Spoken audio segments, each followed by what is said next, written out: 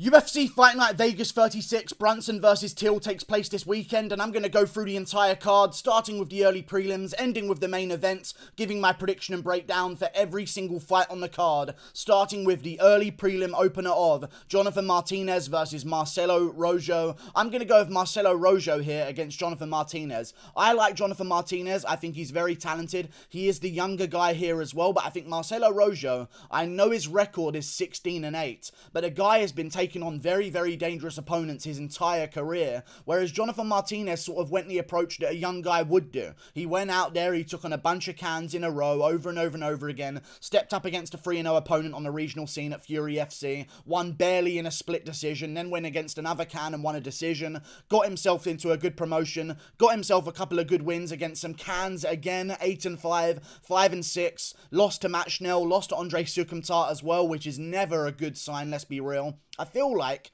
Jonathan Martinez has beaten some opponents, but all of those opponents aren't really amazing people, let's be real. Against Luigi Jourdain, not a great fighter, let's be real. Ping Wang Lui, not really a great fighter either. Andre Ewell loses a split decision. Maybe it could have been a robbery. Maybe it should have gone to Jonathan Martinez, don't get me wrong, but it's still close enough to be a split decision. And for some judge and two judges to score that fight for Andre Ewell. Frankie Sains is Frankie Sains. Thomas Almeida is a decent win, don't get me wrong, but he made that fight very close as well. And no one makes a Thomas Almeida fight close anymore. That hasn't happened in forever. So I feel like after his KO loss to Davy Grant, he might not be the same guy because he got put down very, very badly by Davy Grant in that fight. And that, I believe, is the first time he's ever suffered a TKO loss in his entire career. And I think it's the first time he's been put down. So I feel like that's going to change him a little bit. Marcelo Rojo also coming off a TKO loss, but that was mainly due to body shots. And he got really, really tired. He took a fight on short notice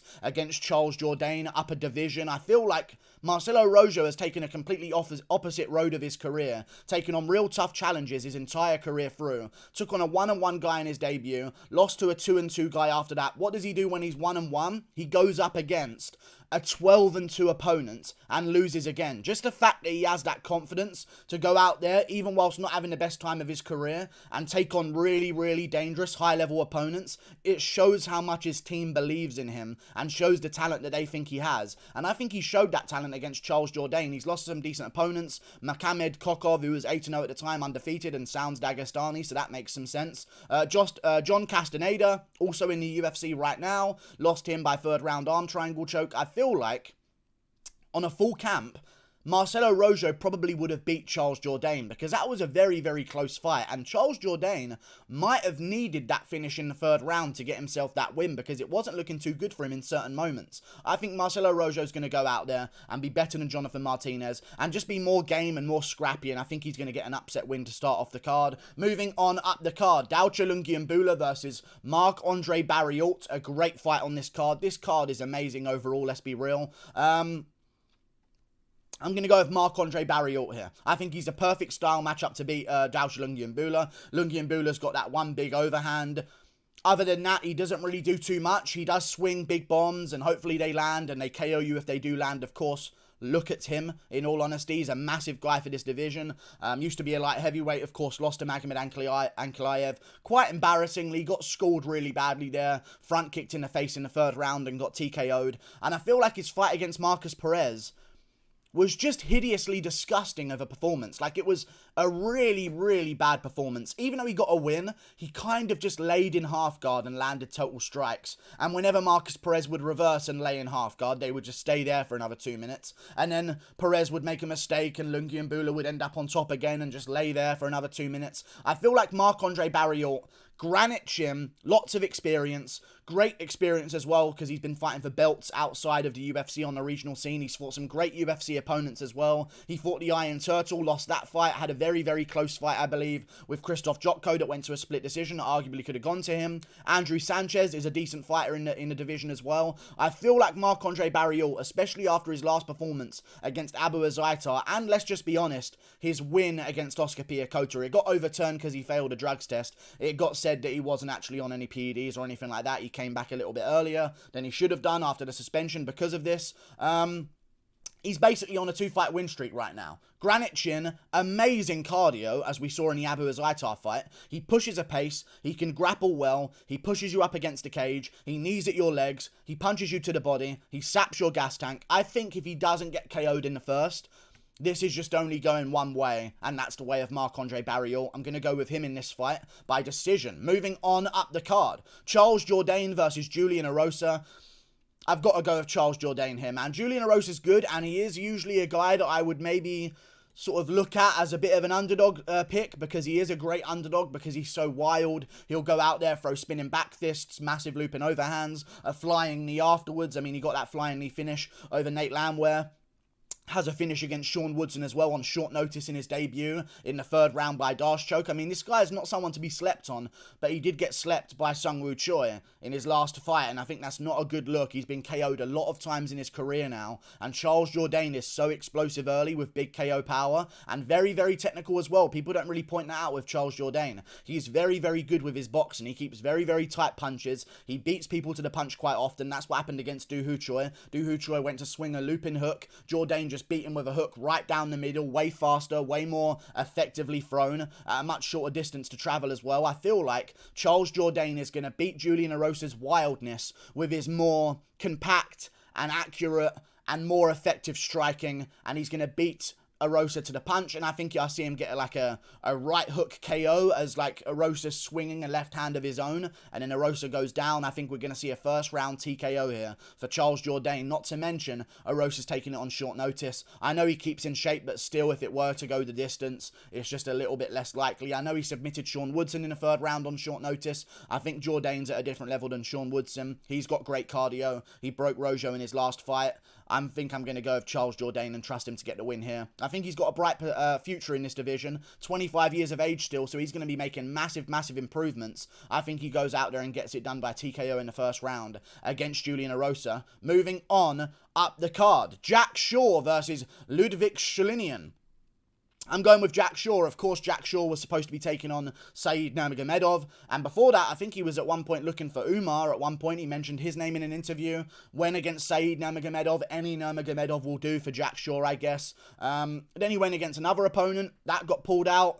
Now he's going in against Liudvik Sholinian, who was a reject from the Ultimate Fighter. Lost, I believe, in the semi-finals or something like that. I can't remember who he lost to, but he lost to someone on the Ultimate Fighter quite badly and got beaten up. And it was kind of like, he lost on the Ultimate Fighter, but he just walked into punishment the entire time, pretty much. And that is not a good look, in my opinion. He just walked straight into punishment. He did throw some shots back and land some good shots, but he's a little bit of a heavy bag, walk you down guy. And I think Jack Shaw is just going to be too technical for him, too rangy for him as well. Jack Shaw is a very long and rangy bantamweight, 5'7", but he's not 5'7". That's a completely incorrect height statistic for him. 71-inch reach. I'll just double check that according to Tapology, because it could be wrong.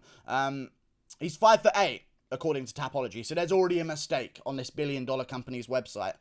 He's a big guy for the division. I think he's 5'9". He's a really tall guy. I don't see him as 5'8".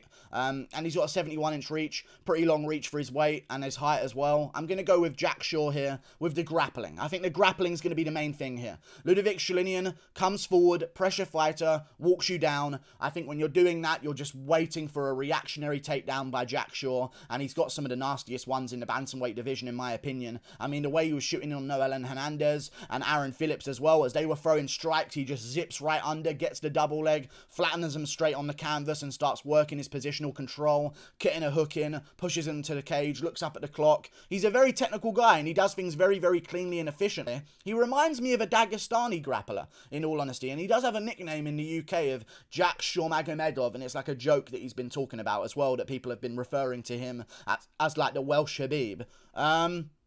But he does fight like him. It's not just the undefeated record that people are referring to him as Habib. His grappling's really good. He rarely makes mistakes. He doesn't jump to the back and fall off the top and go for a submission that doesn't really work. He'll keep good position. He'll get his body triangle. He'll make sure he's got his body triangle. If he feels himself slipping off the top, he'll go to the side. He's just very, very safe. I feel like. And maybe he does get KO'd here. There is a chance in that happening, but I don't think I'm willing to bet on that one chance that he gets clipped with a big punch. 26 years of age. He's had the full camp here compared to Liudvik Sholinian, who I would assume didn't even think he was going to get a call from the UFC because he got beaten quite easily and quite early on into the show as well. But either way, I'm going to go with Jack Shaw here. I think he gets this one done by rear naked choke at the end of the first round, maybe the second round. I'll say second round rear naked choke for Jack Shaw. I think he's just going to be too much in the grappling for Liudvik Sholinian, and I think he gets it done that way. Great performance, I hope, from Jack Shaw. A lot of hype behind him. I think he improves to 15-0 here. After this one, I think it's definitely time to see a jump up in competition. I know he tried to take a jump up in competition against Said Nurmagomedov, but I think this one is kind of the last guy we can give him before we start talking about top contenders just outside the rankings, maybe just inside the rankings, who knows. But I think Jack Shaw gets this one done, and plus it's Hunter Azure bout. Hunter Azure was like national one of the best in the nation in Montana. I know it's Montana, but still one of the best in the nation at wrestling, and Jack Shaw out-grappled him, and that just shows that he's got that. Like, he's got the grappling that can traverse being in the UK, and he can use it on actual wrestlers from college in America, like Hunter Azure. I think Jack Shaw gets this one done. Moving on up the card, Molly McCann versus Yeon Kim. Man, this truly is a pick'em fight, in all honesty.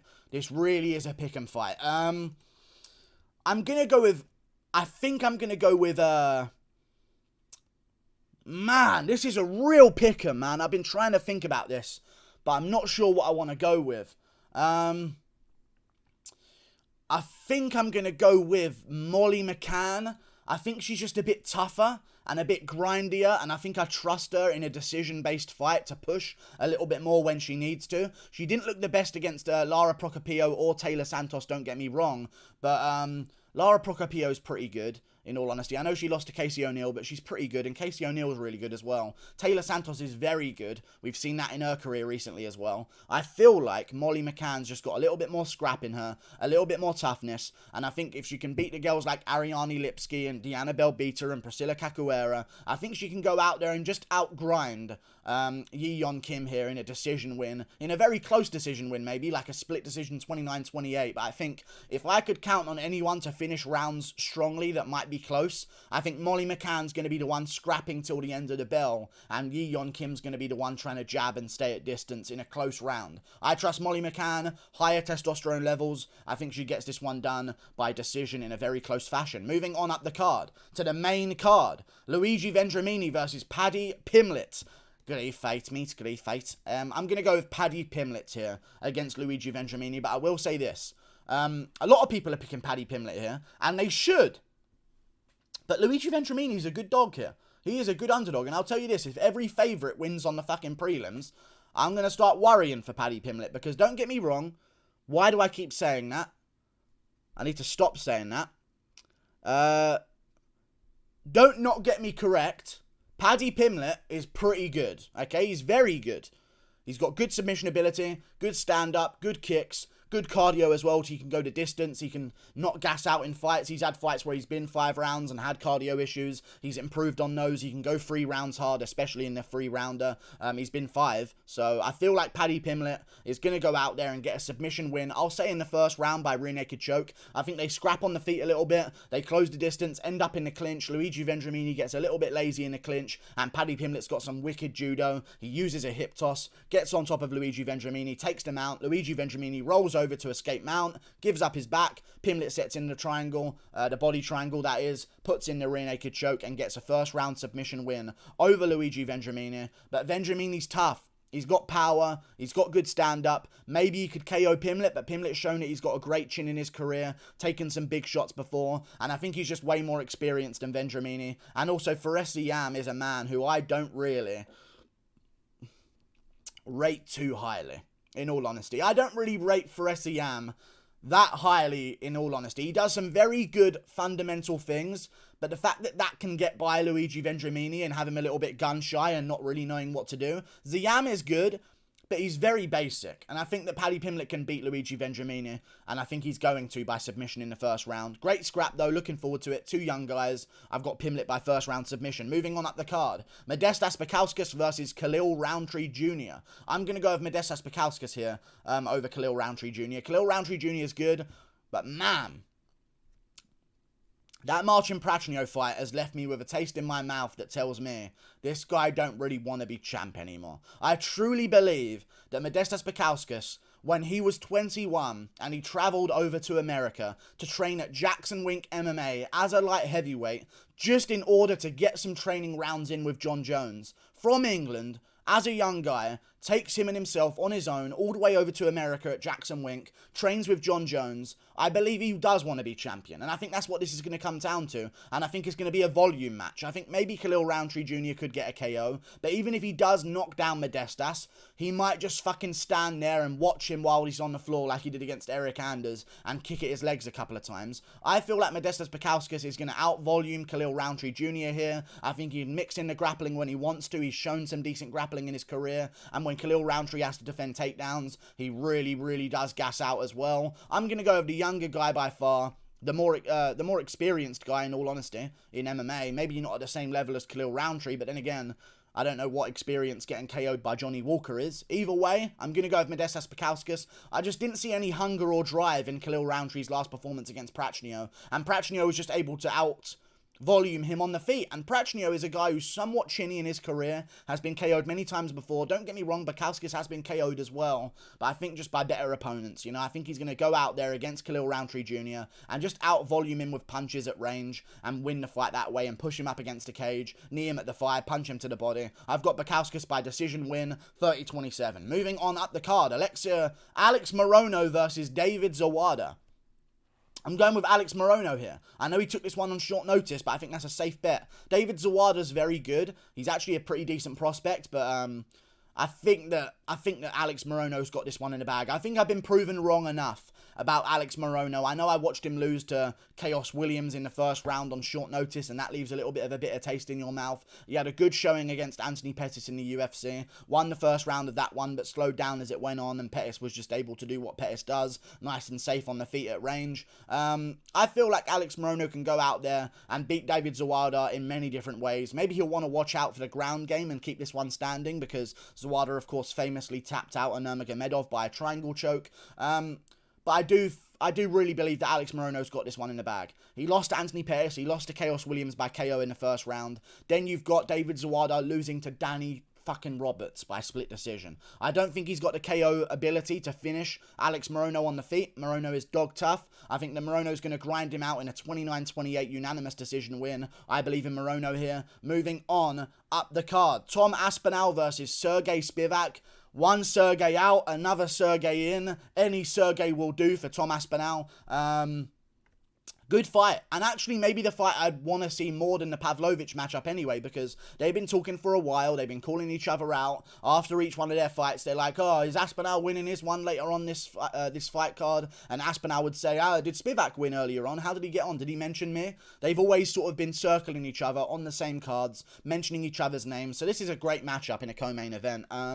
I'm going to go with Tom Aspinall here. I think it's a good bet to go for. I think I'm going to go with first round TKO for Tom Aspinall. Sergey Spivak is very good at grappling. I think Aspinall is big enough, strong enough, athletic enough, and has the grappling himself. Black belt in jiu-jitsu, shown that he has good grappling, took down Alan Badeau and pounded the fuck out of him, went straight into full mount. We saw that he could just switch it up against Andre Arlovski, who submits Arlovski. Takes him down, pins his leg with his foot, rear naked choke, crank, immediate tap by Arlovski. It shows that Aspinall, even though he hasn't really shown his grappling throughout a fight in long duration, it shows that he always has it to fall back on, and has that black belt in jiu-jitsu to fall back on as well. I trust him to be able to go out there and not get grounded out by Sergey Spivak, especially on short notice for Spivak. If Spivak had a full camp, maybe I'd entertain the idea of him grinding out Aspinall as the rounds went on, and being able to keep a great pace in the later two rounds. I don't think that's going to happen. I think Tom Aspinall's going to go out there, get a first round TKO against Sergey Spivak, just like Walt Harris did, and I think he can get that pretty easily, because Spivak on the feet early does make a lot of mistakes and get clipped on the chin quite a bit. He's very good at grinding opponents out. Even against Carlos Felipe in that first round, he took a lot of big shots on the chin, had to ride out the first round, got himself the second round in a close one, then dominated the third round, somewhat 10-8. I feel like Aspinall, he starts so fast. Spivak, he starts so slow on short notice, where he's not going to have as good of a third or second round that he usually would have. I'm going to go Aspinall on that reason. First round TKO. Moving on up the card, Derek Brunson versus Darren Till. I'm going to go with Darren Till here, but I'm worried, okay? I'm worried because blonde hair Brunson, two checks Brunson, is a real thing. He has become a lot more patient recently, but I think patience is Darren Till's fucking game. He don't throw shit in fights, okay? And he only stays one little bit ahead of his opponents. Saw that against Kelvin Gastelum. I feel like Darren Till is definitely a striker enough to beat Derek Brunson in this fight, and I honestly think he's going to get a first round TKO. I always pick Darren Till to win by TKO, and he never does. I picked him to win against Gastelum by TKO. Dumb move. But I think this is a good one to pick by TKO, in all honesty. I said he would catch Whittaker in the first round and TKO him. He did, but Whittaker survived it and came back stronger. Oh well. I think Darren Till's got this one against Derek Brunson, and I'll be honest with you, if he doesn't beat Derek Brunson, it might sound a bit harsh, he'll never be anything. You know? And that does sound harsh. Because I know that Darren Till wants to be a world champion. I've heard him talking about it before. If he can't beat Derek Brunson right now, he'll never be champ. No matter what. He just doesn't have it in him. And that's what this fight really proves to us. Is Darren Till actually a top contender? Don't get me wrong, he lost to Whittaker in a very close fight, and that can be used to say if he improves, he can maybe do a lot better. He tore his knee out of place. But man, he really should be able to beat Derek Brunson here. I think this is a perfect matchup for him. Brunson's very hesitant on the feet early, does make a lot of mistakes in his striking game, has been KO'd multiple times in his career before. I think that if Darren Till is the level of striker that he needs to be, like a Robert Whittaker, like an Israel Adesanya, I think he'll get the first round TKO here. And I think he will get that first round TKO. Because I believe he is actually potentially good enough to fight for a belt again. And maybe, who knows, one day with a perfect style matchup, get that belt for himself. I think Darren Till's good enough. And I think he'll go out there and beat Derek Brunson by first round TKO. Good stand-up, good takedown defense as well. Let's talk about that. Derek Brunson, great grappling, pushes a good pace on people. Darren Till has never really gassed out in a fight, seems to keep pace quite well over a distance, and stays patient as well, doesn't overextend and get himself caught, waits for his opponent to come to him. I think it's going to be a very slow round with a whole bunch of nothing. Maybe one failed takedown attempt from Derek Brunson, maybe one good shot from Brunson lands and a good counter shot from Till lands. Then out of nowhere, Brunson tries to secure himself the round with a big flurry at the end of round one. Till pulls back, catches him with the left-hand counter, puts down Brunson, finishes him on the ground, and Brunson's just completely out of it, taking shots to like the behind the ear area as he's in on a single leg. I think Darren Till's going to get a first round TKO here. Start fast, be very ready early, and get the job done by first round TKO. Great takedown defense, good cardio, good chin at middleweight. We've seen him take some good shots off guys like Whittaker already, so I don't think Brunson KOs him, although there is that chance. I think this is a perfect matchup for Till, and honestly, if he can't win this one, might straight up be over for him. So we'll see how it goes. Derek Brunson, tough guy. I just don't think he's technically savvy enough to beat Till or figure him out on the feet in any way. I think he's going to get himself caught with some big shots, and hopefully we see Till mix it up a little bit more with some more kicks. Hopefully that goes down that way. Moving on to nothing. The card is over. Darren Till first round TKO. Great card though, man. Honestly, it does deserve a high level of respect, this card. And honestly, after Jake Paul versus Tyron Woodley, and Tyron Woodley disgracing the sport of MMA,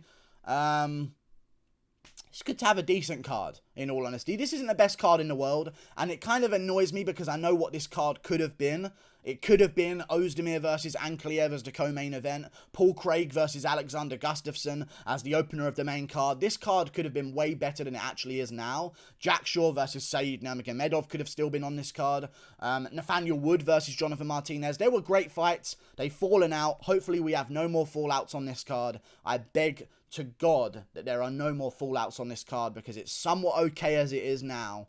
I think it's going to be a good one, and I think it's going to be an amazing card, so we'll see how it goes. Good, strong card. I've got Darren Till in the main event by TKO. I think it's a perfect opportunity for him, but if he wins, I don't want to hear no talking about title shots. That's a one-fight winning streak. I'm from England. I could be biased here. I know I've seen the BT Sport guys say, is Darren Till ready for a title shot if he wins? Fuck no. If he wins this one, he can take on Jared Cannonier. Or the winner of Paulo Costa versus Marvin Vettori, because that way, if it's Vettori, they've got some history and beef. And if it's Paulo Costa, they've got Till can speak fucking Portuguese. So it's kind of perfect. But other than that, Jared Cannonier is an option. I just think it should be mandatory that a fighter who's going to be fighting for a belt in the UFC, the best fight promotion on fucking earth, or so they say, I believe if someone's going to be fighting for a belt under the best fight promotion in the world, UFC, they should at least be on a 2-fight winning streak. I know that sounds crazy and bonkers, but I think maybe they should get a win streak together. So we'll see how it goes. And maybe because Whittaker versus Adesanya got delayed, it'll actually give these contenders some good time to rack up a couple of wins in a row. And then we can have a real title fight rather than some guy who's not even ready, like Vettori wasn't against Adesanya the first time. Anyway, the second time. Like and subscribe. Thank you for watching. Click that button up there. Toodle pip. I'll see you later. Goodbye. Till by TKO. Toodle pip.